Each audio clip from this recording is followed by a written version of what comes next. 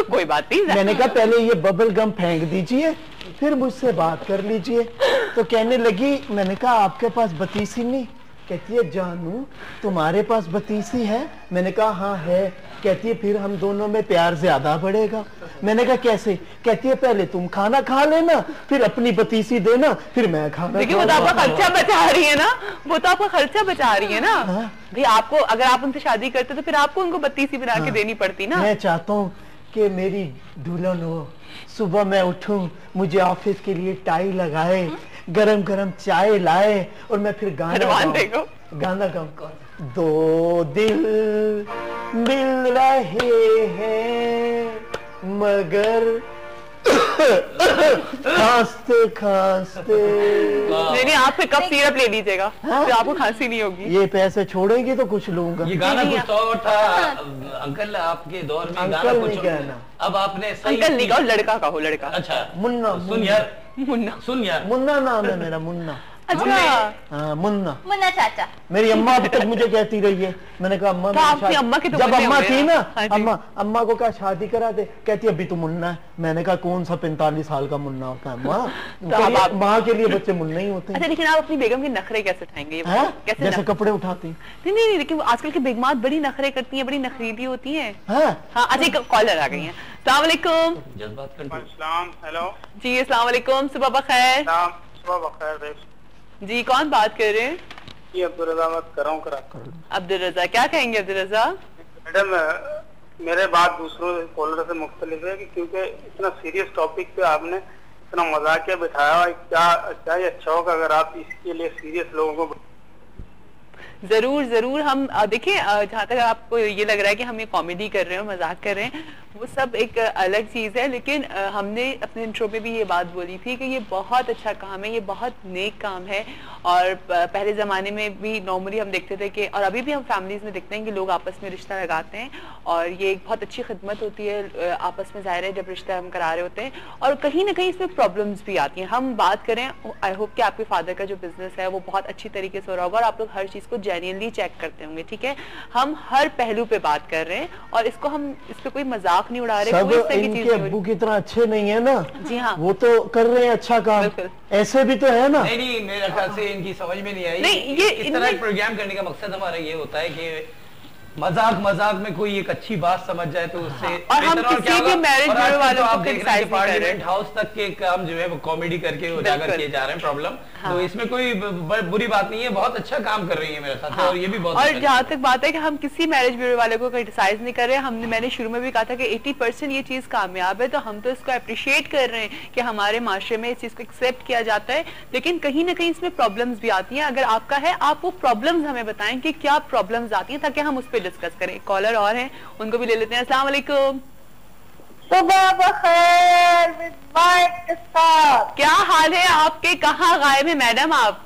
आज मैंने छुट्टी की है, मैंने कहीं जाना था, मैं बहुत दिनों से जा रही थी, टेस्ट वगैरह किया जा रही थी आप? मैंने शो देखना है और बात करनी है। मेरा दिल उदास है, बगैर जिया के मजा नहीं आ रहा। जिया तुम दिन जिया जाए ना।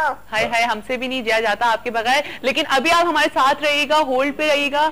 हम अच्छा कॉल के बाद ब्रेक लेनी है। चलिए ठीक है, अल्लाह रखी। बोलिए कैसी हैं आप? हाय हाय, देखा ना हम आते हैं तो माशाल्लाह ब्रेक भी रुक जाती है। हाय देख लें, क्या बात, क्या दहशत है आपकी। घर है ना, फिर फैमिली फिर कौन कहता है। नहीं मैंने कहा क्या, सबसे पहले तो अभी जो कॉलर आए थे उनका मैं जवाब मैं भी देना चाहूंगी। इतने सारे चैनल्स पे बहुत सारे रिश्ते पेश कराने वाले, स्पेशली मिसेस खान वगैरह बहुत मौजूद है। अगर ये हमारे चैनल पे कॉमेडी हो रही है सुबह सुबह, हमारा दिल खुश हो रहा है, हमें बहुत अच्छा लग रहा है, मजा आ रहा है, तो मेरा ख्याल है ये हमारे लिए बेस्ट है। अगर 100 में से 90% लोग हंस रहे हैं, मुस्कुरा रहे हैं, तो this is the best way of entertainment. चलो जी, थैंक यू सो मच। हो गया। दूसरा, अली रजा रेगुलर कॉलर को बहुत सलाम, यूसुफ साहब को बहुत सलाम, और नानपुरी बहुत अच्छे सिंगिंग, बहुत अच्छा गाना। अच्छा मेरी एक बात सुने, जैसा ही आपका स्लोगन अपना बना, एक्सक्यूज मी, मैं भी सुनना चाहूंगी। मेरी बात तो सुन ले। हाँ सुनाए सुनाए। मैं ये कह रहा हूँ कि आपने जैसा ये स्लोगन एक जिया के लिए बनाया हुआ है, जिया तेरे बिन जिया जाए ना, इसी तरह कुछ हमारे लिए नहीं बन सकता। चलो तुम लोग मिला, तुम लोग चलो। सिर्फ जिया शो कर रही है और कोई नहीं कर रही। नहीं, सब हम सबके लिए बोलती है। अल्लाह मैं जिंद मेरी दिल से आई है, ये सब दिल से निकली है, क्षमते कर रही है। जिया जाए ना, वाह क्या बात है। बात सुने, ये जो चचा है मैंने शादी करनी है इनसे भाई। अच्छा आपने करनी है? अल्लाह रखी। आपके मियाँ कहाँ है इस वक्त, ये बताइए। हाजी बुलवा लो। चलो जी, रिश्ता तो आ गया है कहीं। मेरे मियाँ नहीं है, मुझे इंसाफ से शादी करनी है। सर आपका बैंक बैलेंस है कोई तो बंगला है? हाँ जी बताइए। रिश्ता आ गया आपका तो। मेरे बैंक बैलेंस में ना वो शुगर की रिपोर्टें पड़ी हुई है, हार्ट की पड़ी हुई है, गुर्दा एक साइड का, इसमें ऐसे भी मंजूर है। आप हाँ बोले, मैं शादी करने के लिए तैयार। जी बस आप हाँ बोल रहे हैं, आपको आपका रिश्ता आ गया। पहले मेरी माँ की जरूरत होगी। मेरी एक बात सुने, फीस देंगे उसके बाद आपकी शादी हो सकती है। आपके साथ साथ इनके हालात चेंज हो गए। पहले इनको लड़की चाहिए थी यहाँ से पानी निकलने वाली, अब कोई भी अब कोई डिमांड नहीं है। बता देखिए ये तैयार है। जिया जी अल्लाह रखिए। मेरी पहली बहन तो मांगी। फायदा होगा। चाचा ऐसी बातें सुनाई देती। अच्छा अल्लाह रखिए, आप पक्का तैयार है? पक्की तैयार हूँ।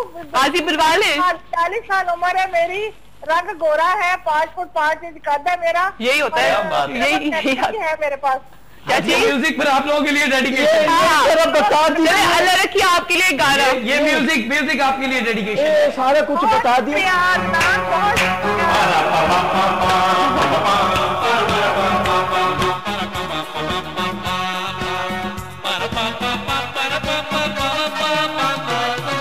घोड़ी चढ़े ये दोनों के लिए डेडिकेशन था हमारे। थैंक यू सो मच, अल्लाह रखिए, बड़ा मजा आया और आपने इससे पार्टिसिपेट किया। अब देखते हैं कि इनको जरा मिलवाएंगे आपसे और डिमांड देखेंगे। अच्छा इस प्रोग्राम में ले आई और आपका रिश्ता। अभी हमें ब्रेक पर जाना है, ब्रेक के बाद आकर के आप लोग से मजीद बात करेंगे, आपको ज्वाइन करेंगे। हमारे साथ रहिएगा सुबह बखैर वाइब के साथ में। नंबर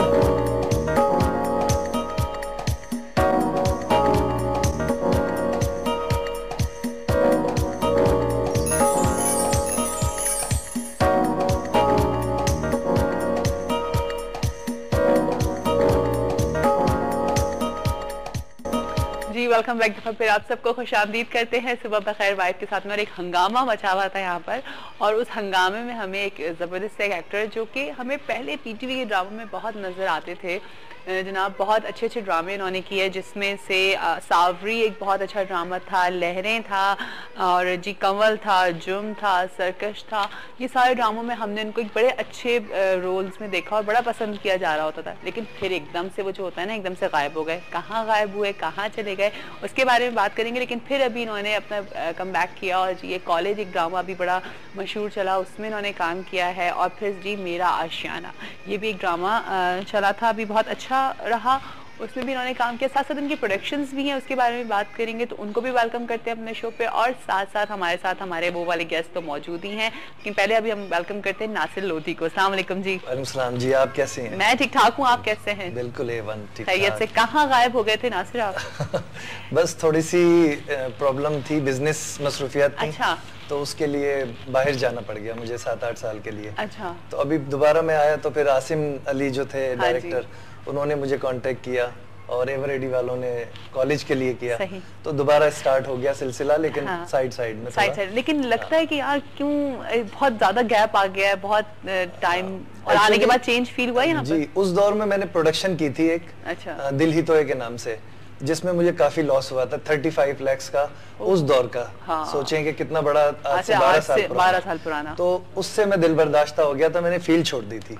अच्छा। हाँ, फिर अब्बू ने कहा कि अब तुम इस फील्ड में बिल्कुल नहीं जाओगे, तुमने बहुत लॉस कर लिया, तुम बाहर लंदन की ब्रांच संभालो। अच्छा। तो फिर मुझे वहाँ जाना पड़ गया, लेकिन वो मेरे पीछे उस अब्बू की भी डेथ हो गई। अच्छा। उनके बाद तो अब कोई रोकने वाला नहीं है। हाँ, मुझे फिर वो शौक दोबारा ले आया। कोई एक्टर जो होता है वो कहीं अंदर होता है ना, वो जरासीम है, तो बस फिर आपने आना है। हर प्ले में लगता है कि मैं ये कर रहा होता, मैं ये कर रहा होता। अच्छा, ये होता था, ये ख्याल आता था वहाँ पे रहकर? मैंने वहाँ पे ट्रेनिंग भी की, ओमपुरी साहब का एक इंस्टीट्यूट है लंदन में, उनके दोस्त चला रहे हैं। उसमें 1 साल मैंने पूरी बाकायदा एक एक्टिंग की ट्रेनिंग की। ये बहुत अच्छी वो मेरे बहुत काम आ रही है अभी। उसने मुझे बिल्कुल जो कहते हैं ना मूव्स गले को किस तरीके से यूज किया जाता है वो सब सिखाया। उस दौर में हम एक्टर थे लेकिन इतनी टेक्निकलिटीज नहीं थी हमारे अंदर। सही। अच्छा, उस वक्त आपने पीटीवी के दौर पे काम किया, आपने उस टाइम पर, उस वक्त बड़ी रिहर्सल्स हुआ करती थी, बड़ी मुश्किलात होती थी उस वक्त काम करने में।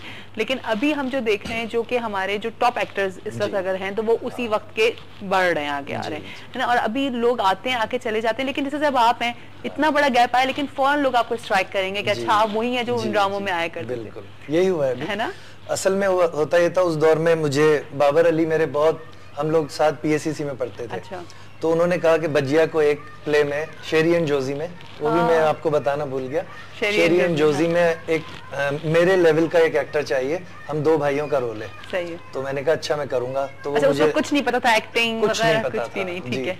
लेकिन उसमें वो मुझे लेके गए, बजिया ऑडिशंस ले रही थी, उन्होंने मुझे देखते ही कहा कि तुम ओके हो। अच्छा जी।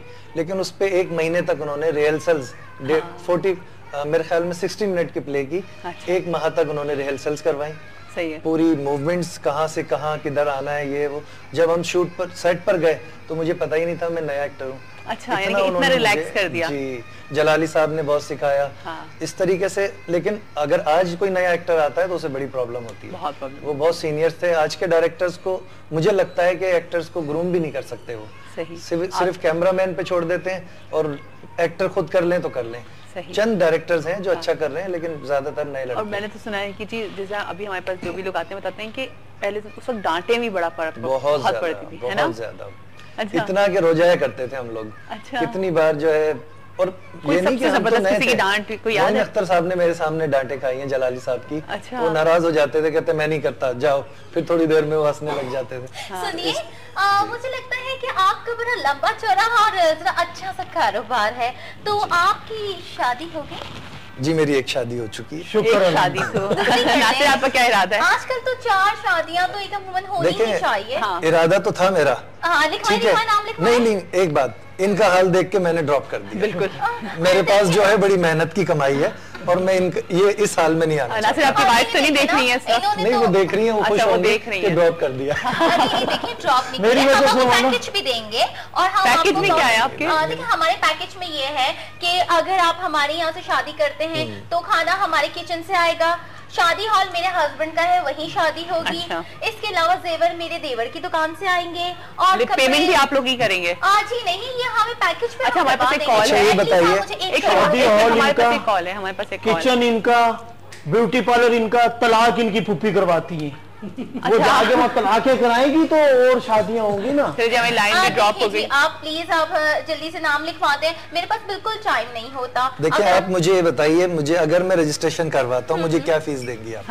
आप ऐसे करें कि इस वक्त तो मुझे 20,000 रुपए दे दीजिएगा, क्योंकि नाम लिखने के हम 20,000 ये रजिस्टर इसीलिए ले लेके घूमती है कि इनको कोई भी बकरा मिले ये फौरन उसको लिखना। नहीं, मुझे 25,000 अभी देंगी तो मैं रजिस्ट्रेशन करवाऊंगा, अदरवाइज आपको खुद देना। जी आप देंगी। देखिए, मैं आपसे शादी नहीं कर रही हूँ, मैं आपकी शादी करवा रही हूँ। मुझे इनका अशर देखने के बाद मैंने आपका ये अशर करना है, फिर शादी करना है।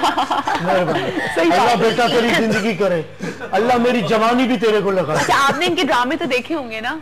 हाँ, है ना, कितने जबरदस्त ड्रामे होते थे इनके। ये भी मेरी उम्र के लिखते हैं। मैं कोई बूढ़ा थोड़ी हूँ। नहीं, मेरा अभी मेरी उम्र ही क्या है, अभी तो मेरा ये दूध का दांत यहाँ का है। हाँ, बिल्कुल। जी हाँ, क्या कहेंगे नासिर इन लोगों के लिए आप? नहीं, मैं इनका हाल देख के यकीन करें मुझे बहुत अफसोस है और ये आपको जो है इसका गुनाह मिलेगा बहुत ज्यादा। हमें क्यों गुनाह मिलेगा? हमने तो इनको जब भी लड़की दिखाई है इन्होंने कोई ना कोई प्रॉब्लम उन्हें दिखा दी है। अब अगर हम आपको लड़की दिखाएं और देखें, अब तो हमारा इसमें ज़र्फ है ना कि इनको बचपन से लेके मेरी जवानी हो गई तब तक चल रहे हैं हम, और ये अंकल बूढ़े हो गए। देखिए मुन्ने भाई, मैं आपको एक बात बताऊं। भाई जी, मैं आपको भाई कह रहा हूँ, मैं आपसे 5 साल ही छोटा हूँ। अच्छा सुने, मैं हूँ प्रोड्यूसर भी, डायरेक्टर भी। आप मेरे गाँव में रोल तो नहीं दे रहे? जी, मेरे पास बहुत लड़कियां हीरोइंस आती हैं। मैं कहूंगा उस शर्त पे कैरेक्टर दूंगा, इनसे शादी करें, आपकी शादी मैं करवाऊंगा लड़कियों से। जी ठीक है, आपको मैं इनके चुंगल से निजात दिलवा के रहूंगा आज। क्या वजह है कि आप अभी तक इन्हीं के चुंगल में फंसे हुए हैं? आप अभी तक इन्हीं के साथ और मैं तो इन्हें कहती हूँ कि देखिए चाचा, अगर आपकी शादी नहीं हो रही है तो आप भी मेरी तरह एक शादी का दफ्तर खोल लें, एटलीस्ट आपको दुआएं तो मिलेगी, बीवी ना सही। नहीं, आपने इनके साथ फ्रॉड किया है और मैं इनका साथ दूंगा। चले जी, अब हम सबके वोट्स इनकी तरफ जा रहे हैं और आप अकेली हो रही हैं, ठीक है ना? अच्छा देखिए, कभी पारा पड़ा है लोगों से मैरिज ब्यूरो वालों से? नहीं, आज फर्स्ट टाइम मैंने ये सब कुछ देखा है। मैं तो शॉक, मैंने देखा था सब कुछ।